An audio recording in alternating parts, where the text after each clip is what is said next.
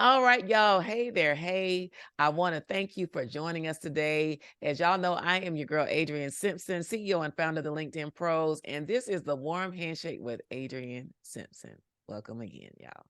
I want to welcome y'all today to one of my good friends, and she just fussed at me off camera about friend, but we've been friends for a long, long time. I love her. So excited to have you here, Dr. Lord Reverend Dr. Jaye Peabody Smith. Welcome. Welcome. Thank you for having me. Listen, I paused like it was a laugh track, or I mean a applause behind me. I gotta get myself together, get my applause track. Thank you, thank you. Listen, so let's get right into it. I want you to tell the people who you are and what you do. Okay. Well, like you said, I'm Reverend Dr. Jalen Peabody Smith. What I do primarily is I'm a therapist, a mental health therapist. I work with individuals, couples, groups, and I do a lot of training and workshops around the area of mental health. I absolutely love the work that I get to do. Hmm. That is amazing. Thank you for sharing that. And I'm going to lean right into where you started. Let's just get it started. So you said um, you are doing mental health training, you're doing therapy, you're doing workshops. How important? So there's so much conversation, like really starting to spin up now about mental health for many reasons, right? But give us your thoughts on whether or not people are really leaning into and taking care of themselves regarding mental health. Well, the answer is no, we're not. And we can see that because we see an increase in the number of people who are dealing with depression. We see relationships that are challenged. We see people having to take off work more. And so the reality is we talk about it, but we don't always do it. And one of the things is mental health is like a spectrum. It's all of us have some type of mental health challenge or hiccup at some point. It's really how we process stress, emotions, life, how we relate to each other. So I am a big believer in that. In many ways, you are what you attract.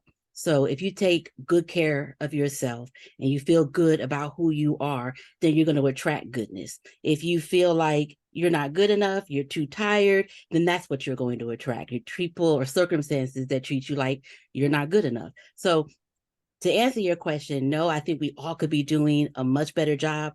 We all talk about it, but we don't really take the time to actually do it. You said a mouthful there, friend. You just gonna launch right into it, right? I mean, you just said, and I think it's just so profound that really we are who we attract. Like, we are attracting the types of people, energy, situations that we exude, right? So if you're tired, you're going to get, what did you say? You'll get receive negative energy, and it just won't be successful. I put Mm-hmm. that last part in there. Yeah. Mhm. Oh And my it's the God. same way with relationships, right? We have this idea sometimes that people should know how to treat us, but really Mhm. we teach people how to treat us, and they often learn from how we treat ourselves. So if we don't put ourselves first, we can't expect someone else to put us first. If we don't like to spend time by ourselves, we can't expect that people are going to like to spend time with us. And so all of that really is around mental health. That is mm, I'm just sitting here thinking from while you're talking, because you just said, if you don't want to spend time with yourself, how can we expect others to want to spend time with us too? Right. And so I think for a lot of people, we don't think about ourselves in that way, right? We are not focused on how we impact others and how they see us. Sometimes we don't even look in the mirror, literally or figuratively. Mm-hmm. Yeah. You're right. So let's talk about what people can do, or maybe there are some signs that we need to be aware of, or what are the things that we need to be paying attention to as we move about day to day. In terms of our mental health. For sure. So there are actually what I call crisis signs. Hmm. If we are sleeping too much or not enough, if we cry at an instance. Now, I'm a crier. I believe tears are I was wonderful. about to say, oh, about you better get me now. Yeah, tears are cleansing to the soul. But if you're driving home and that light turns from yellow to red and you just start bawling, it's probably because you've been holding so many emotions or things inside. If you are not motivated, where you used to be motivated, and now you're like, whatever. Mm. If you are gaining weight now, or you can't wait to eat.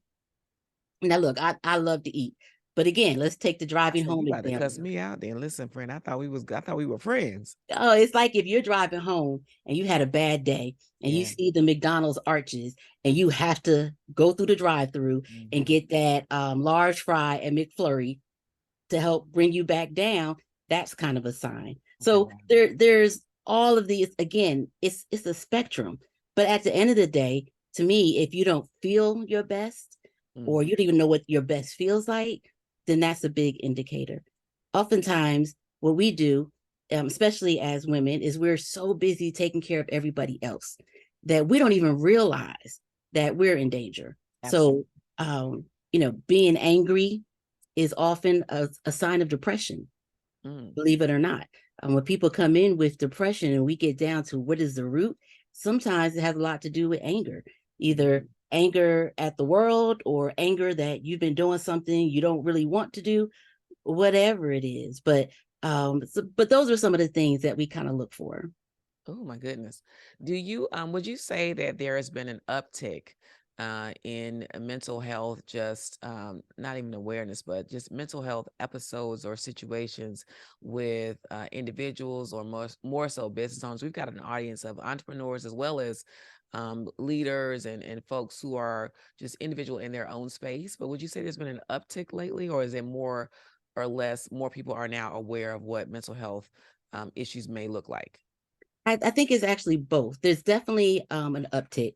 If you talk to most therapists, most of us are booked right now. Mm, I'm grateful to have a team with me that can kind of help to see clients, but most of us are at capacity. And I think a lot of it is post epidemic. I call it post COVID stress syndrome, yeah. having to deal with whatever that aftermath was.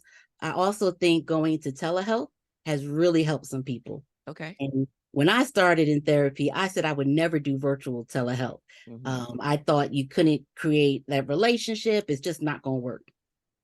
COVID, I had no choice. Yeah, right, right. And now that's pretty much all that I do. Oh, People wow. appreciate the fact that they can be in their own space. They don't have to worry about who's watching them come in and out. They Mhm. don't have to deal with traffic or childcare. So I think that has also opened up the idea of seeing a therapist. But that's so that's key, right? So many things have uh really just evolved, right? Out of the space where we have landed as people, you know, COVID and I hate the term post-COVID because I don't think it's where we are, but COVID and the ensuing times, right? So now more people are not only are they aware of therapy and that they need to go, but more people really feel they have a greater accessibility because they can do it from home. That's key. I love that you said Mhm. that. Um, would you talk a little bit about what that means? So, in terms of somebody who might be interested, I want to talk about the individual perspective first, and then I want to transition to maybe some of your trainings. If you could talk about that as it relates to corporations and spaces with larger audiences, and how you could lend your support to them. Okay.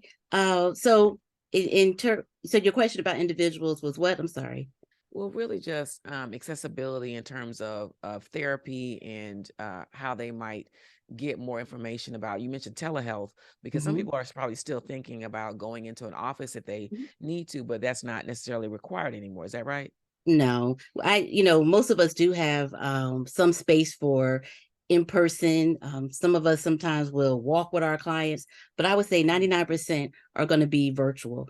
And in terms of access, the biggest challenge has been, of course, paying for services, right? Mm-hmm. So you have insurance. Oftentimes, insurance will cover mental health services, and there's not really a limit. Back in the day, there was like a limit to how many sessions.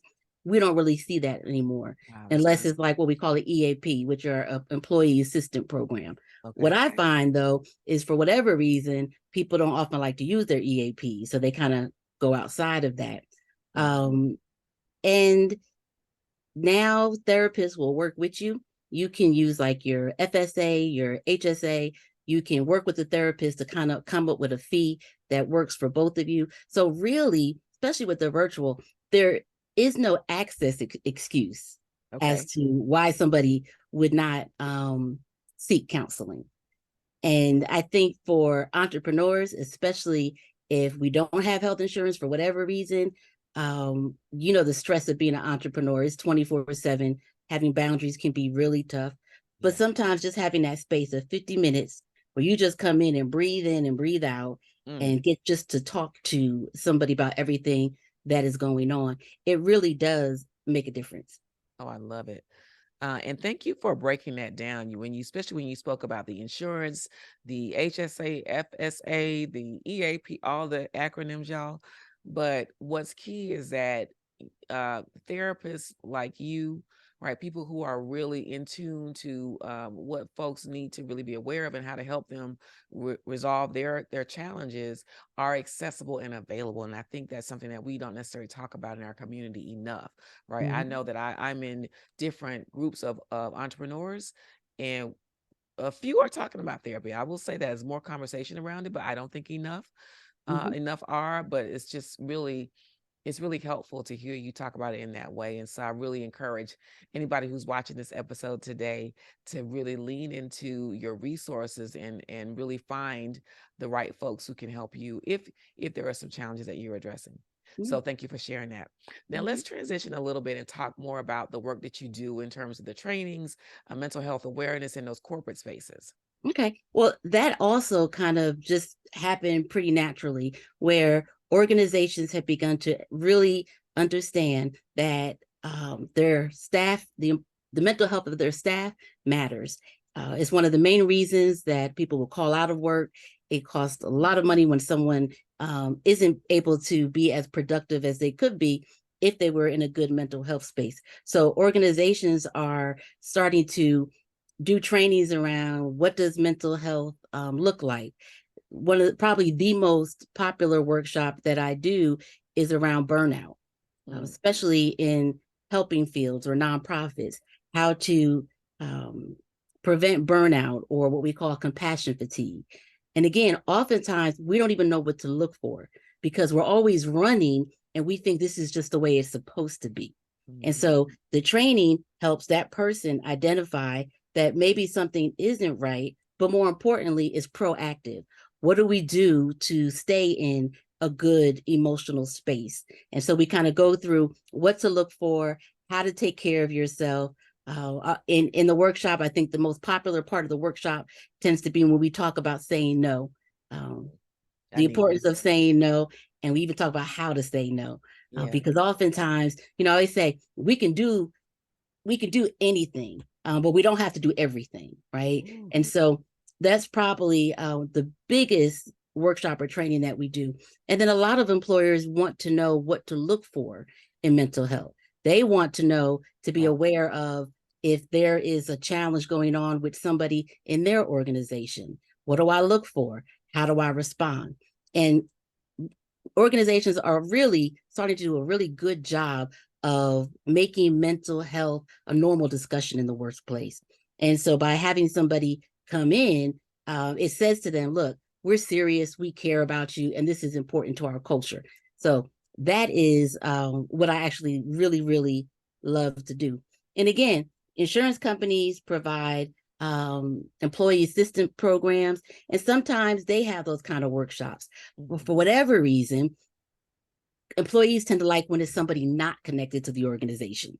They Good. feel like it's more genuine. They don't have to worry about confidentiality and things like that. So that's a big part of what I get to do with workshops with organizations.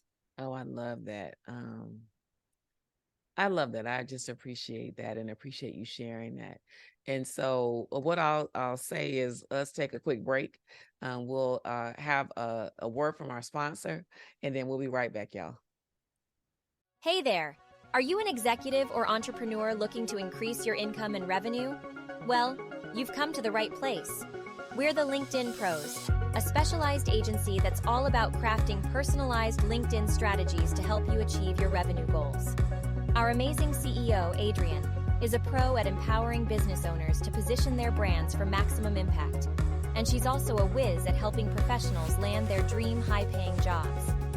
We're here to help you build your professional brand, expand your network, and achieve your wildest career aspirations. Don't settle for just getting by. Give us a shout today, and let's get started on your journey to success. And we're back. Thank y'all so much for being with us. Again, this is the Warm Handshake with Adrian Simpson. And y'all, our guest today is the Reverend Dr. Jaye Peabody Smith. And we're happy to have her. She's a mental health therapist, and we're talking about mental health awareness, and specifically in the workplace, right? So when we left Dr. Jaye, you were speaking about some of the coursework you've done, and you mentioned how you have just been able to help corporations really kind of see and pay attention. And so I wanted to transition and ask you about warning signs. Do you have a training that you do maybe for leaders, for employers, to understand what some warning signs might be for their employees? Absolutely. And with all of the challenges that are happening in the world, the question that people are often asked were there any warning signs? And in a world today where you can be liable for not acting on those warning signs, Right. I think it's really important for employers to know what to look for, and to know what to do and how to approach when you have a concern. And so I do spend a lot of time talking about that. So some of the things that somebody not finishing their workload, who a year ago was a great employee, that might be more about depression or anxiety than it is not being interested in their work. And so we just talk about what to look for and how to handle that approach. Oh, thank you so much for sharing that. I think what you are describing and what your trainings are centered on are super needed, very needed in the workspace. And someone, having been in corporate America for, 20 years before I started my business, I can absolutely say that just the warning signs are key, right? I've been in workspaces where employees have had either breaks or just negative experiences. I've also been there where you felt like somebody might have had one, even if they didn't exhibit it, at the time where we were together. And so Mm-hmm. having someone like you come in and teach and train about that, I think is paramount. So I love that you have shared that with us in our audience today. And so before we wrap up, though, I want to ask you how you got started. So I know I've known you for a while, but if you don't mind, just share with the folks here that watching us today how you got started as a therapist. Well, being a therapist is actually, I guess, what some would say my second career in life. But how it started was I grew up being told that I was stupid or ugly. And so that's what I believe. Now, I was in a gifted program, I was my high school homecoming queen, but those are the messages that I received. And so that's how I lived my life. And kind of going back to what we talked about earlier, you are what you attract. So I tended to attract people who treated me like I was stupid and ugly. Mm-hmm. And after some time, it became just too much. And in my later part of my mid-adult life or so, I went to therapy, and it literally changed my life. It helped me to understand how I looked at myself, where that message came from, and how we can rewrite it with God's truth for my life. And I just remember saying, I want to do this for other people, Mm. especially women. And so I went back to school, and this is what I get to do, and that's why I love it. Oftentimes, when we're training to be therapists, they'll say, "Don't talk about your own experience." But for me, my experience is my testimony, and it Yeah. talks to the reason I'm so dedicated to the work, because I know that it works, and I believe in it. So you the living testimony. Is that what you're saying? Mm-hmm. You your own testimony. I love it. I love it. I love it. Um, whew, this was good today. It was good today. I've known you forever. Yes, Love you, friend. I love you Um, too. and I think that, people that know you, right, know you have a heart for God, a heart for people, and a heart for helping people. But to hear you transition that love and that empathy, right, and transition that to helping people via therapy, right? So listen, I love people, I love Mm-hmm. helping folks, but that for me that doesn't translate like to becoming a therapist. And so that's a keen step. You talked a little bit about going back to school and getting educated. But friend, let's talk about how much education you have. Let's pause right there for just a moment. Share that with the people. Okay. Um, How many I degrees do you have? have 5, right? I have a bachelor's of art. I have a master's of public administration, a Uh-huh. master's of divinity, and Yep. a master's of clinical mental health. And And then I also have a doctorate of ministry in pastoral counseling. And I love that because I get to take the psychology and theology and put it together. I say when I was trying to prove to the world that I ain't stupid, I got all these degrees trying to prove to the world that I ain't stupid. Um, now that I got to deal with Sally Mae, and I'm all healthy and stuff, I realized it might have been a little stupid. a little, However, that last degree was for me. People yeah. would say, "Why did you go back?" And I said, it's what I wanted. I wanted to learn how to bring psychology and theology together, and how to do more with groups, because even the relationships in groups are healing in itself. So, Mm. yeah, but I love to learn. You love to learn, friend. 5 degrees in, absolutely, absolutely. Yeah, I'm done though. I love teaching, so we'll stay there. You done? Okay, okay. I didn't know it was 5, but I'm happy to hear you broke that thing down. 5 degrees. Mhm. You smart, smart. I got you. All right.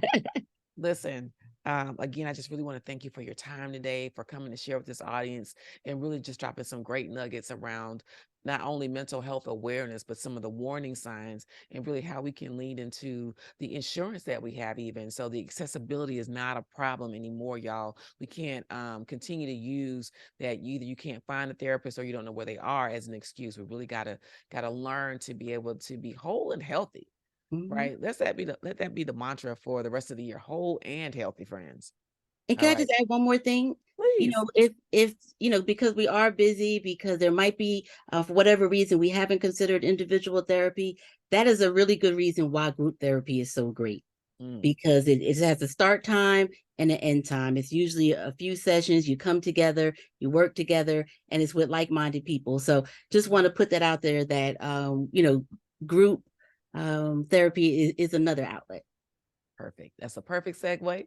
Please, please, please tell the people, Reverend Dr. J, how they can find you. What are your social handles? If someone wants to reach out to you and get more information about your practice itself, how can they find you? Where can they reach you? Okay, so the website is simply thepeabodypractice.com. And you can go there and you'll be able to get in touch with me and see some of our services. You can also reach me on pretty much every major social media. If you just put my name in, or the Peabody Practice, and it's going to come up. But probably thanks to you, Adrian, the most valuable social media resource is going to be LinkedIn. Thank you, friend. Listen, y'all. Thank you. Thank you for being in this space. Thank you, Reverend Dr. J. Peabody Smith. Thank you for coming to share with this audience. Thank you for making therapy and mental health awareness plain, right?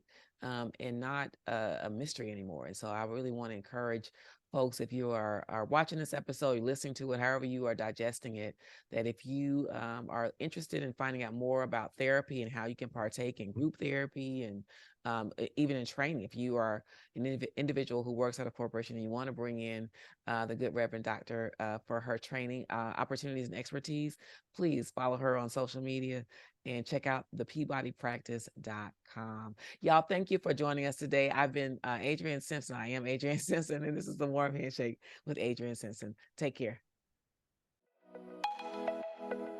Thanks for tuning in to the Warm Handshake with Adrian Simpson. Let's stay connected and continue the conversation. Follow Adrian on LinkedIn and join our community of like-minded individuals.